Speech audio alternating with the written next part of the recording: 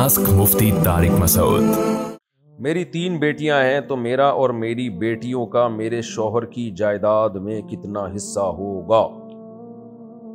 बेटा अगर कोई भी नहीं है और आपके शौहर के वालिदैन भी हयात अगर नहीं हैं तो फिर अगर वालिदैन हयात हों या ना हो इससे कोई फ़र्क नहीं पड़ता। अगर आपका कोई बेटा नहीं है तो फिर आपका हिस्सा 8वां होगा और आपकी बेटियों का 2/3 यानी 66.66% होगा और आपका 12.5% होगा।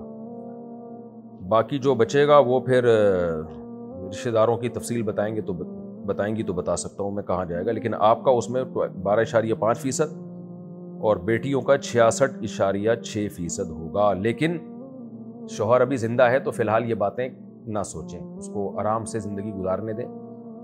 जब इंतकाल हो जाए उसका तो फिर राब्ता करें, फिर मैं बता दूंगा किसका कितना हिस्सा हो सकता है अल्लाह ना करे किसी वारिस का पहले इंतकाल हो जाए तो सिचुएशन चेंज हो जाएगी। फिर ये ज़रूरी नहीं है कि अब्बा ही पहले मरे, बाज़ दफ़ा बच्चे भी पहले मर जाते हैं। इंडिया से किसी ने पूछा है कि आप बैंक से शेयर खरीदना हलाल है? नहीं जी, हराम है बिल्कुल। सूदी बैंक से के शेयर खरीदना और उस पर बिजनेस करना हराम है। आज़ाद खान सऊदी अरब से 4 रकत वाली सुन्नतें 2-2 करके पढ़ना अफजल है या 4 रकत ही पढ़ें? 4 रकत ही पढ़ना हमारे नज़दीक अफजल है, इसमें इख्तलाफ है।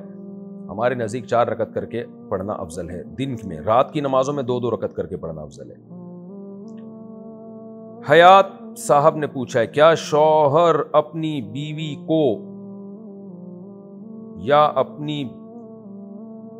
अच्छा ये मैं डिटेल में बताऊंगा पूरा सब जवाब, ये मैं स्क्रीनशॉट लेके नोट कर रहा हूं क्योंकि ये इख्तलाफी मसला है, तो ये मैं पूरे रेफरेंसेस के साथ बयान करूंगा। अधूरी बात जाती है तो लोग एक तमाशा बना लेते हैं।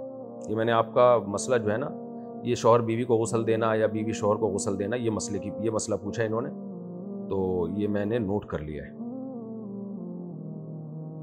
ये पूरे रेफरेंसेस के साथ जवाब दूंगा इंशाअल्लाह। अच्छा भाई,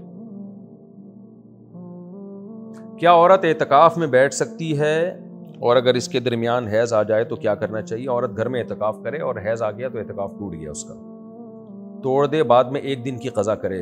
जिस दिन एतकाफ टूटा है ना उसी दिन की क़ज़ा करे, यानी मगरिब से पहले एतकाफ की नीयत से बैठे और अगले दिन मगरिब की नमाज के बाद रोज़ा भी रखे और मगरिब की नमाज के बाद उठ जाए तो 1 दिन का एतकाफ होगा।